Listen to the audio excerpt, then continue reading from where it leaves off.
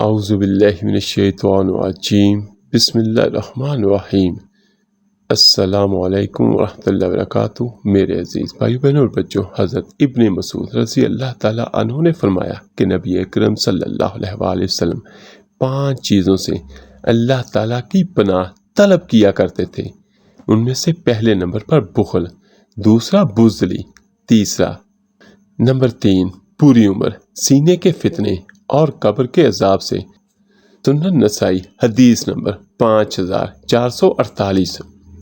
حضرت عمر بن میمون اودی سے مروی ہے کہ حضرت سعد رضی اللہ تعالیٰ عنہ اپنے بیٹوں کو یہ کلمات اس طرح سکھلاتے تھے جس طرح استاد بچوں کو سبق رٹاتا ہے، اور فرماتے تھے کہ رسول اللہ صلی اللہ علیہ وآلہ وسلم فرض نماز کے بعد ان کلمات کے ساتھ اللہ تعالیٰ کی پناہ طلب کیا کرتے تھے۔ اے اللہ، میں بخل سے تیری پناہ میں آتا ہوں، بزدلی سے تیری پناہ حاصل کرتا ہوں، اس بات سے بھی پناہ طلب کرتا ہوں کہ مجھے ذلیل ترین عمر میں پہنچایا جائے۔ میں دنیا کے فتنے سے تیری پناہ میں آتا ہوں، اور قبر کے عذاب سے بچنے کے لیے میں تیری پناہ حاصل کرتا ہوں۔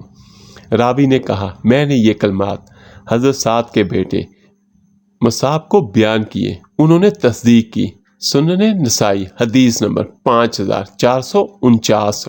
حضرت انس رضی اللہ تعالیٰ عنہ سے روایت ہے کہ رسول اللہ صلی اللہ علیہ وآلہ وسلم یوں دعا فرماتے تھے، اے اللہ، میں عجز، سستی، بخل، شدید بڑھاپے، قبر کے عذاب اور زندگی و موت کے فتنے سے تیری پناہ میں آتا ہوں۔ سنن نسائی حدیث نمبر 5450۔ حضرت انس بن مالک رضی اللہ تعالیٰ عنہ سے روایت ہے، انہوں نے فرمایا، کچھ دعائیں ایسی ہیں جنہیں رسول اللہ صلی اللہ علیہ وآلہ وسلم کبھی نہیں چھوڑتے تھے۔ آپ فرمایا کرتے تھے، اے اللہ، میں فکر، غم، عجز، سستی، بخل، بزدلی اور لوگوں کے غلبے سے تیری پناہ میں آتا ہوں۔ حدیث نمبر 5451۔ سنن نسائی۔ اور میرے عزیز بھائیو بہنوں اور بچوں، ہماری بھی نجات ان دعاؤں میں ہے جن کو ہمارے آقا کریم صلی اللہ علیہ وآلہ وسلم پابندی سے پڑھا کرتے تھے، اللہ پاک سے مانگا کرتے تھے۔